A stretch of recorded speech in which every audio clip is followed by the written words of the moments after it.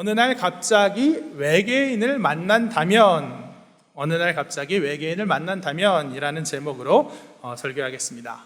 네, 그리고 오늘 설교의 제목대로 어느 날 갑자기 외계인을 만난다면, 이 질문을 여러분께 드리고 싶습니다. 어느 날 갑자기 외계인을 만난다면 여러분은 어떻게 하시겠습니까? 어느 날 갑자기 외계인이 여러분 앞에 내려와서 안녕, 나는 안드로메다에서 온 뺑뺑뺑뺑이야 라고, 나이는 지구 나이로 한 5만 6천 살쯤 돼, 이렇게 이야기하면서 손을 내민다면 여러분은 어떻게 하시겠어요? 여러분의 인생은 어떻게 달라질까요? 여러분이 그렇게 외계인을 5만 6천 살쯤 되는 그 안드로메다에서 온 외계인을 만나고서도 지금의 여러분으로, 특히나 그리스도인으로 남아있을 수 있을까요? 다들 이게 무슨 엉뚱한 소리냐, 거룩한 강단에서 이게, 고개를 끄덕이시는데요. 거룩한 강단에서 이거 뭔 소리 하는 거냐, 저 목사가 좀 이상했는데, 평소에도 이상했는데 이단 아니냐라고 생각하실 수 있겠지만, 아닙니다. 끝까지 잘 들어주셔야 돼요. 그러니까 제가 이 질문을 처음 들은 날, 그때의 분위기도 딱 이런 분위기였어요. 제가 이 질문을 어디서 들었냐, 벌써 한 10여 년 전인데요. 제가 신대원 다닐 때 한 2학년 때였던 것 같아요. 수업을 듣고 있는데 갑자기 교수님께서 이 질문을 하신 거예요. 여러분, 만약 여러분이 갑자기 어느 날 외계인을 만난다면 여러분은 어떻게 하시겠습니까? 이렇게 물어보셨어요. 그러자 그 말을 들은 사람들이, 다 전도사님들이죠. 그 신학생들이 다들 봉쳤어요. 아니, 지금 이게 무슨 얘기야? 하고 서로 얼굴만 바라봤습니다. 누구는 누굴 만난다고 하고 자기가 잘못 들었는지 확인한 사람도 종종 있었어요. 그렇게 뭐야 수군거리기만 하다가 그 중에 한 사람이 이렇게 얘기했습니다. 질문에 대답한 건 아니고, 교수님, 외계인은 없습니다, 이렇게 이야기했어요. 그러자 몇몇이 또 맞습니다, 외계인 없습니다. 그런데 왜 이런 얘기 하냐 이거죠. 그렇게 동조했습니다. 그러자 교수님은 나도 외계인의 존재를 믿지는 않습니다, 그냥 만약에 하는 이야기예요, 이렇게 이야기했지만 사람들은 이미 엄청나게 수상한 사람을 보는 듯한 그런 경계의 눈으로 교수님을 바라보고 있었습니다. 그리고 교수님이 이제 막 이야기를 계속 이어 나가려고 하시려고 했는데, 하필 그때 수업을 마치는 종소리가 울렸습니다. 그러자 교수님은 그럼 간단히 결론만 말하겠습니다, 외계인을 만나면 전도합시다, 이러고 교실을 나갔었습니다. 여기 웃어주시니까 감사하네요. 그때는 분위기가 정말 싸했어요. 엉뚱한 소리 해놓고 그냥 전도합시다 훈훈하게 마무리하면 그만이야? 이런 분위기였어요. 교수님이 나가시고 난 뒤에 사람들은 수군거리기 시작했습니다.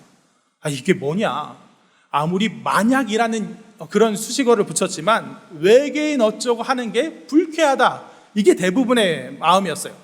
성경에도 옳은 건 옳다고 하고 아닌 건 아니라고 하고 그 이상 다른 말은 악에서 나온다, 이렇게 했는데 이런 불쾌한 가정을 왜 하냐, 이런 말을 했고요.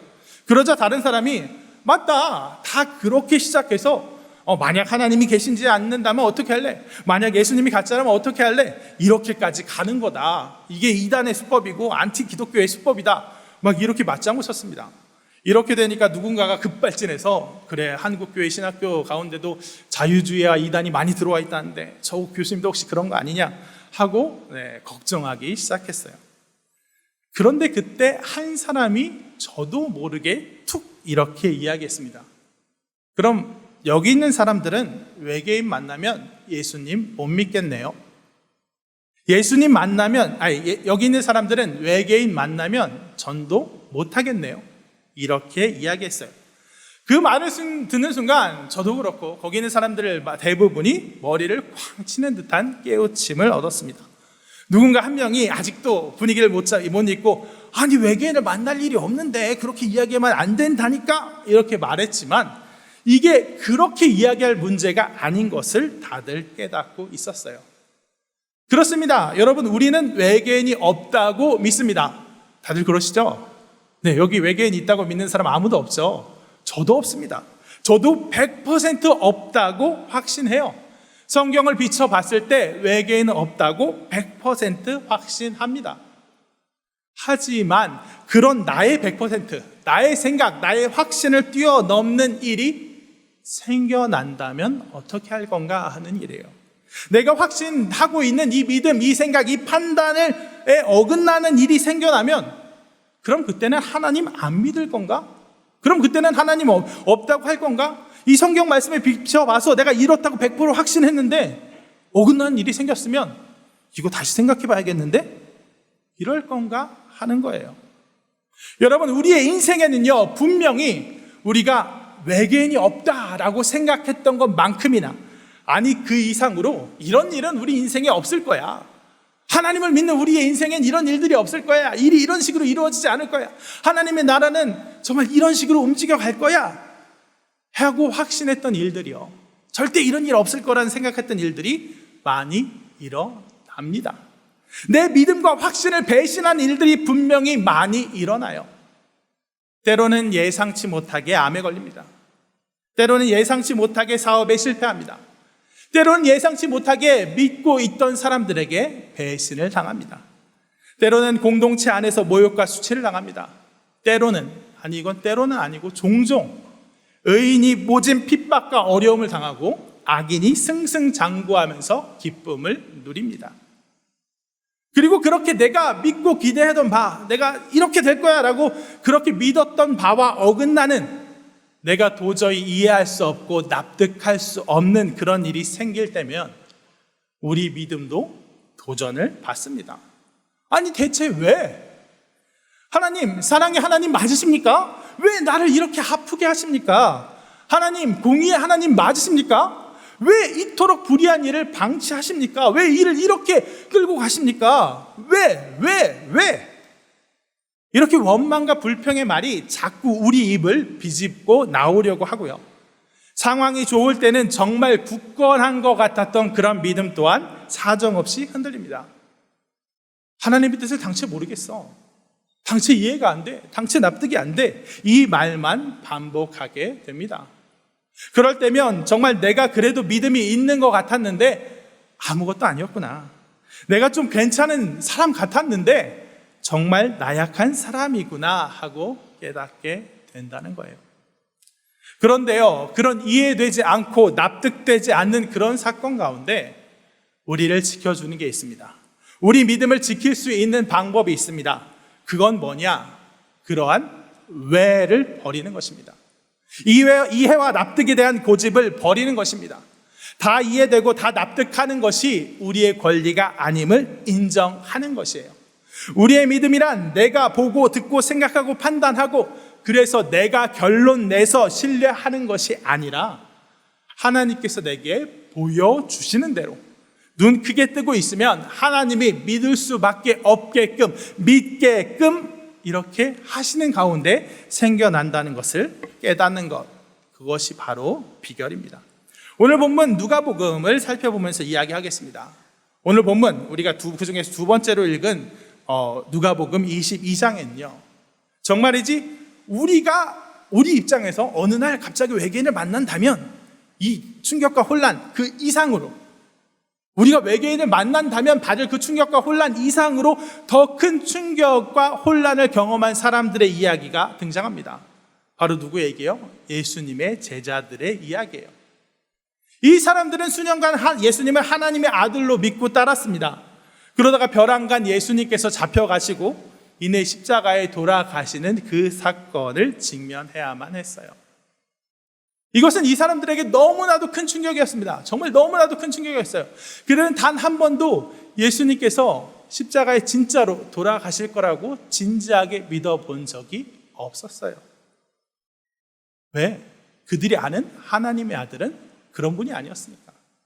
그들이 아는 하나님의 아들은 이 땅을 하나님의 놀라운 능력과 권세로 다스리시는 그런 분이었으니까. 그들은 믿음의 충격적인 사건을 경험하게 되는 겁니다. 그리고 바로 이 충격이 그들을 믿음 좋은 사람으로 보였다가 그들의 믿음이 다 드러나버리는, 그들이 풍비박산 도망가는 그런 역할을 하게 되는 거예요. 먼저 우리는 이 사람들의 믿음이란 것에 대해서 다시 한번 생각해 봐야 됩니다. 우리는 흔히 사복음서의 제자들, 사도행전의 제자들 이렇게 구분을 하면서요, 사복음서의 제자들을 조금 무시하는 경향이 있습니다. 예수님 많이 가르쳐 줬음에도 불구하고 넘어지고 또 속고 실수하고 끝내 십자가에 달려 돌아가실 때 도망가지 않았냐라고 무시하는 경향이 있는데요. 사실 이 사복음서의 제자들의 믿음 역시 그렇게 무시받을 믿음은 아니었습니다.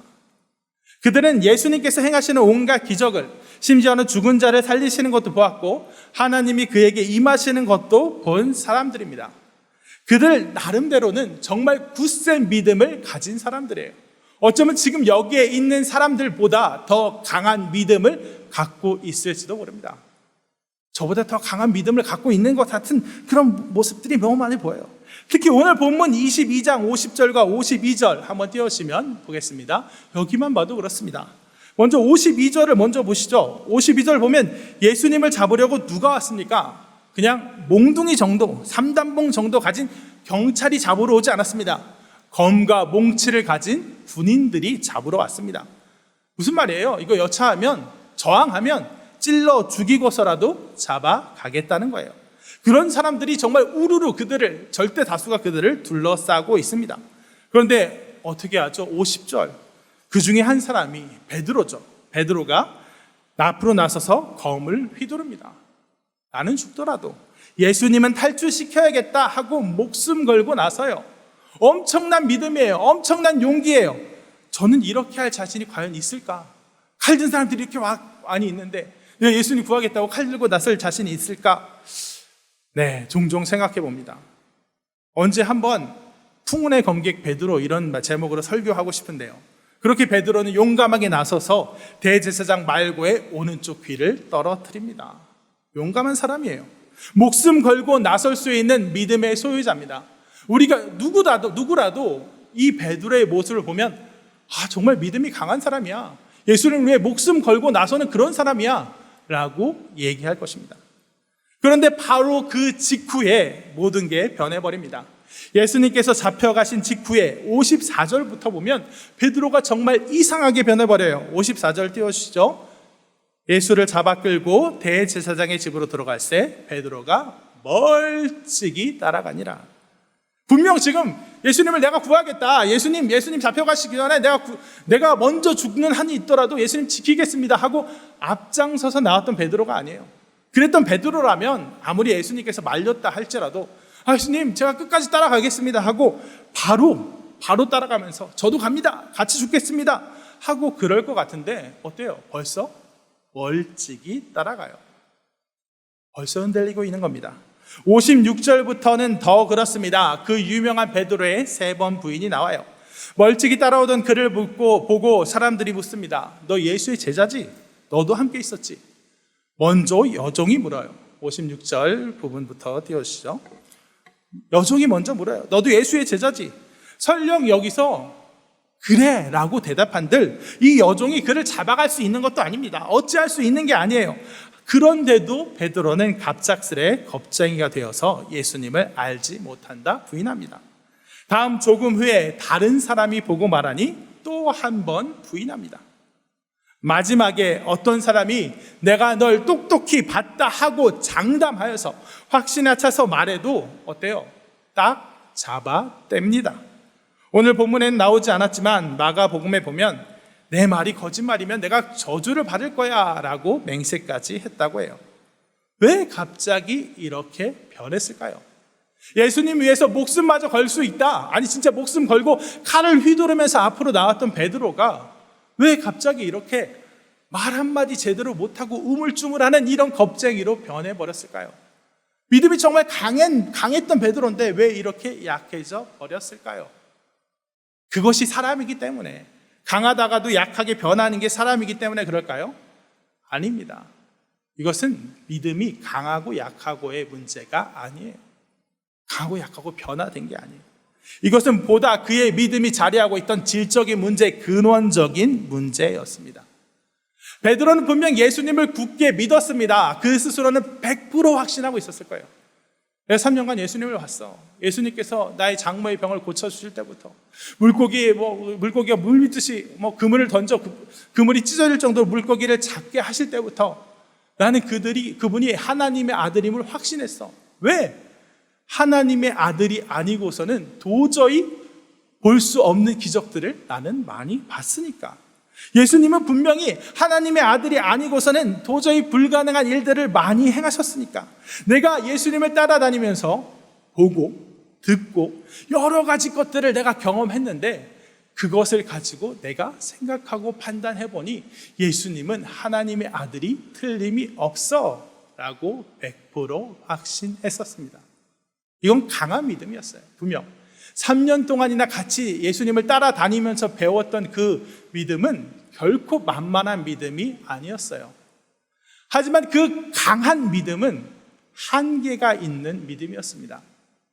왜요? 그 믿음의 주체가 나이기 때문입니다. 예수님이 하시는 건 무수한 것을 보고 결국 내가 믿는 거기 때문이에요. 예수님이 하시는 이적을 보고 이건 내가 생각해보니, 내가 판단해보니 하나님의 아들이 틀림없어 라고 내가 결론 내린 것이기 때문이에요. 그 증거가 바로 우리가 읽었던 첫째 본문 마태복음 16장 21절에서 24절에 나오는데요. 한번 마태복음 16장 21절 22절 부분 한번 띄워주시면 감사하겠습니다. 베드로의 믿음의 주인은 자기였습니다. 예수님, 내가 판단하는 건데 예수님은 하나님의 아들이야 하고 내가 결론 내린 거였어요. 그래서 자기의 생각과 자기의 판단에 벗어나는 일은 믿지 않았습니다. 믿지 않은 게 아니라 적극적으로 배제했습니다. 귀에 들어오지도 않았어요. 심지어 예수님께서 직접 내가 장차 고난을 받고 죽임을 당하고 제3일에 살아날 거야. 예수님께서 십자가에 달려 죽으심에 대해서 베드로한테 예수님이 말씀하셨는데 베드로는 못 믿어요. 베드로는 못 받아들여요. 왜? 그건 내가 아는 예수님이 아니니까. 그건 내가 아는 하나님의 아들이 아니니까. 그건 내 믿음에 어긋나니까. 그렇기 때문에 베드로의 믿음은 자기의 믿음, 자기의 생각, 자기 확신에 불과했던 거예요. 그러니까 그러한 베드로의 믿음에 어긋나는 일, 베드로의 믿음에 의하면 외계인 같은 사건이 그의 인생에 다가오자 그는 혼란에 빠져버렸던 것입니다. 나는 분명 예수님을 하나님의 아들이라고 100% 확신해 라고 생각했는데 하나님의 아들이 십자가에 왜 달려 돌아가시지 하고 그가 이전에 생각했던 상식, 이전에 생각했던 판단과 어긋나는 일이 생겨버리니까, 예수님 잡혀가서 십자가에 달려 돌아가시니까 믿을 이유가 없어졌던 거예요. 믿음이, 그 견고해 보였던 믿음이 밑자락부터 와르르 무너져 내렸던 거예요. 여러분, 이것은 우리도 마찬가지입니다. 여러분 모두 예수님을 굳게 믿으시죠? 네. 하나님의 아들이신 예수 그리스도께서 우리를 위해 십자가에 죽으시고 우리의 죄를 사해 주셔서 그분만 믿으면 죄의 사함을 받고 하나님 나라에 들어갈 것을 믿으시죠? 하지만 우리의 삶 속에서 과연 우리가 경험하는 것들 가운데 과연 다 그 믿음에 합당한 일만 일어납니까? 우리가 우리의 삶이 정말 저 모든 걸 경험하는 가운데 정말 예수님 살아계시구나, 정말 하나님 살아계시구나, 정말 하나님의 능력과 통치가 이러하구나, 이 모든 것이 다 하나님의 살아계심의 증거요, 능력의 증거구나 하고 은혜롭게 고백할 수 있는 그런 일들로만 가득 채워져 있습니까? 아니라는 거예요. 애석하게도 아니라는 거예요. 분명 어떤 순간들은 진짜 우리의 믿음을 더욱 견고히 만드는, 정말 하나님 살아계심의 증거요, 날 사랑하심의 증거가 되는 그런 일들로 가득합니다. 함께 합심하여 기도했더니 하나님이 내 병을 고쳐주셨어요. 문제를 해결해 주셨어요. 말씀의 은혜 받게 해주셨어요. 정말 오랜 미움과 상처를 치유해 주셨어요. 하지만 그런 순간들만 있는 것은 아니란 거예요. 아니, 어쩌면 오히려 그런 순간들은 드물다는 거예요. 우리 인생은 어쩌면 오히려 더 많은 고난과 기다림, 이해할 수 없는 불행과 응답되지 않는 기도의 막막함으로 더 많이 채워져 있습니다. 하나님이 살아계시다면 왜 이런 일이 일어나지? 하나님이 살아계시다면 왜 저 어린 영혼이 육체의 질병으로 고통받지? 왜 저 신실한 자들이 고난 당하면서 심지어 죽어가지?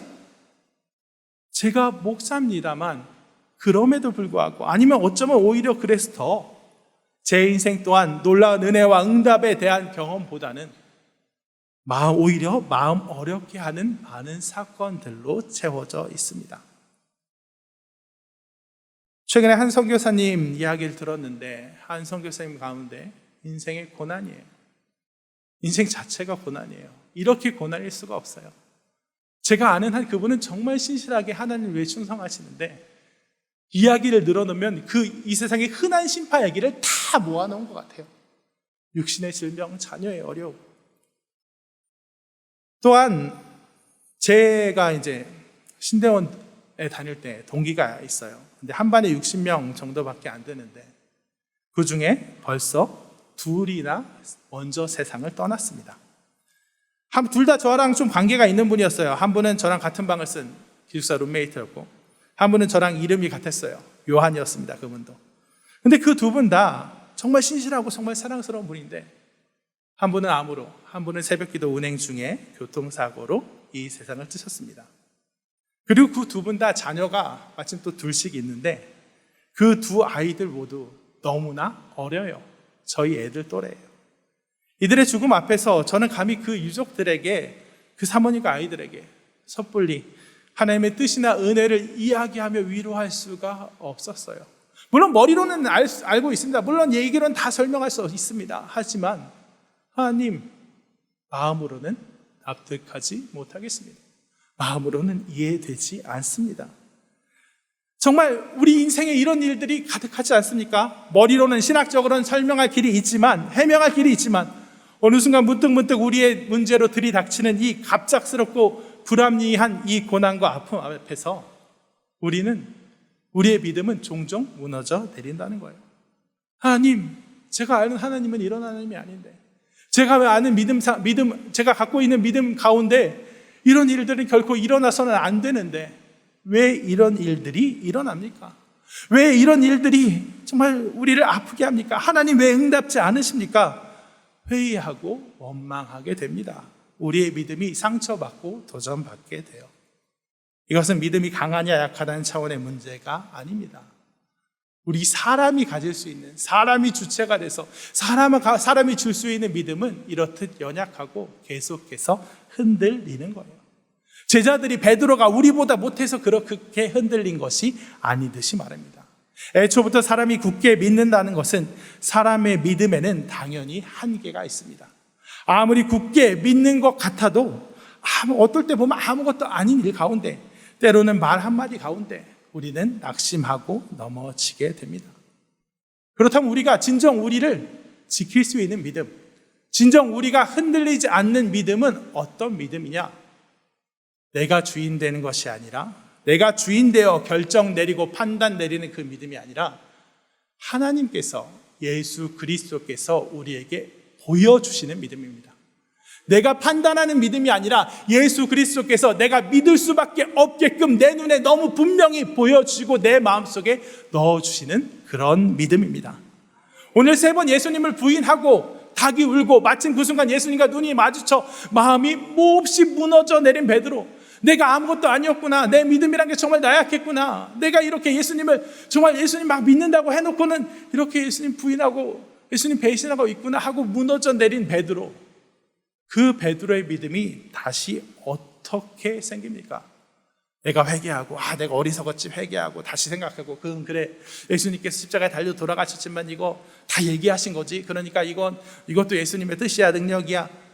여러 가지 생각 가운데, 묵상 가운데 다시 한번 예수님을 믿을 만한 결론을 내고, 그래서 내가 예수님을 믿겠어 하고 다시 한번 다짐하고 다시 한번 각오해서 믿음으로 나온 것이 결코 아닙니다. 베드로가 다시 예수님께 나온 거 언제입니까? 바로 그 빈 무덤을 보았을 때, 바로 다시 살아내신 예수님을 보았을 때, 다시 살아나 그에게 못자국과 창자국을 보여주신 예수님을 만났을 때 믿게 됩니다. 한번 마태복음 28장 말씀과 요한복음 20장의 말씀, 세 구절 있죠? 이 부분을 한번 띄워주시면 좋겠습니다. 십자가에 돌아가신 예수님, 온통 제자들의 믿음을 온통 뒤흔들게 하셨고, 그래서 뿔뿔이 도망가게 하셨던 그런 예수님께서 어떻게 다시 그들을 믿음으로 인도하십니까? 그들 앞에 보여주십니다. 예수님이 묻혀있던 무덤을 찾아간 사람들은 발견합니다. 그가 여기 계시지 않고 그가 말씀하신 대로 살아나셨느니라. 와서 그가 누우신 것을 보라. 보니까 예수님이 안 계십니다. 예수께서 이르시되 무서워하지 말라. 가서 내 형제들에게 갈리리로 가라 하라. 거기서 나를 보리라 하시니라. 보리라. 보게 됩니다. 부활하신 예수님을 보게 되는 거예요. 요한복음 20장 20절 이 말씀을 하시고 손과 옆구리를 그 못자국과 창자국을 보이시니 제자들이 주를 보고 기뻐하더라. 아멘. 예수님을 봄으로 믿는 거예요. 이전까지는 어때요? 판단의 주체가 나였어요. 여러 가지 증거들이 있었습니다. 예수님이 이런 기적도 행하셨고, 예수님이 이런 말씀도 하셨고, 이 말씀은 또 성경에 딱 들어맞는 말씀이고, 이렇게 해석도 되고 저렇게 해석도 되고, 내가 기도하면서 받는 어떤 영적인 느낌, 종교적인 느낌도 있고, 그러니까 내가 예수님 믿습니다. 근데 다만 예수님 이 말은 못 믿겠습니다. 십자가에 돌아가신 거 못 믿겠어요. 그러니까 이 말씀을 하지 마세요. 이랬던 내가 주인 됐던 믿음이라면, 지금의 믿음은 어떤 믿음이에요? 다 이해돼서 믿는 믿음이 아니에요. 다 납득돼서 믿는 믿음이 아니에요. 아직 예수님이 왜 십자가에 돌아가셨는지, 하나님의 아들이 왜 이 땅을 다스리지 않고 오히려 죄인들 가운데 죄의 저주를 받은 모습으로 돌아가시는지 아직 이해 안 돼요. 납득 안 돼요. 전혀 안 됩니다. 아직 가르쳐 주시기 전입니다.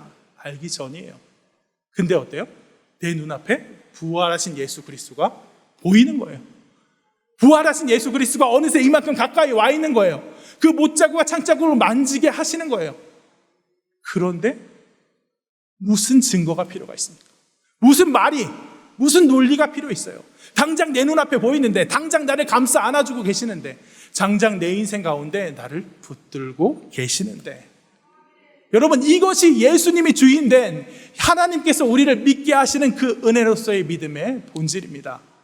여러분, 우리가 믿는 게 아니에요. 우리 인생을 놓고 따져보면, 우리가 경험할 수 있는 걸 놓고 따져보면 하나님 계신 것 같은 이유 한가득이지만, 물론 한가득이지만, 또 내 마음이 나약해지고 약해질 때 보면 안 계신 것 같은 이유도 한가득이에요. 계시면 왜 진짜 이런 일이 일어나지? 내 마음을 어렵게 하고 넘어지게 만드는 게 한가득이에요. 하지만 그럴 때 우리를 붙들어주고 우리가 그 믿음을 떠나지 않게 만들어주는 그 믿음이 무엇입니까? 나와 함께 해주셔서 지금도 나를 붙들고 계시는 믿음. 내 손을 결코 놓지 않고 계시는 그 예수님의 손길이 나를 예수님 믿게 하시는 거예요. 때로는 고난 가운데 내가 죽겠습니다. 하나님, 내가 하나님 계시면 진짜 이런 일이 어떻게 있을 수 있습니까? 하고 막 성을 내고 분노를 표하고 내가 하나님 믿기 싫어요 하고 안달복달하고 할 때도 한 손은 나를 붙잡고 계시는 그 예수님의 손길을 내가 부인할 수 없어서 예수님 지금도 나와 함께 계시는군요 하고 믿게 되는 겁니다.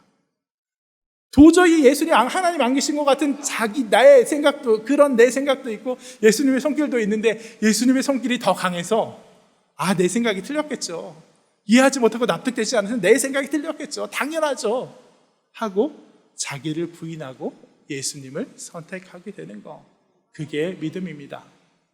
여러분, 그러니 우리의 믿음, 주인이 우리가 아님을 명심하십시오. 예수님께서 우리 믿음의 주인임을 마음속 깊이 새기시기 바랍니다. 저는 종종 이렇게 생각합니다. 믿음의 주인이 내가 돼야 되지, 내가 되면 안 되겠다는 생각 중에 정말 쉽게 넘어지거든요.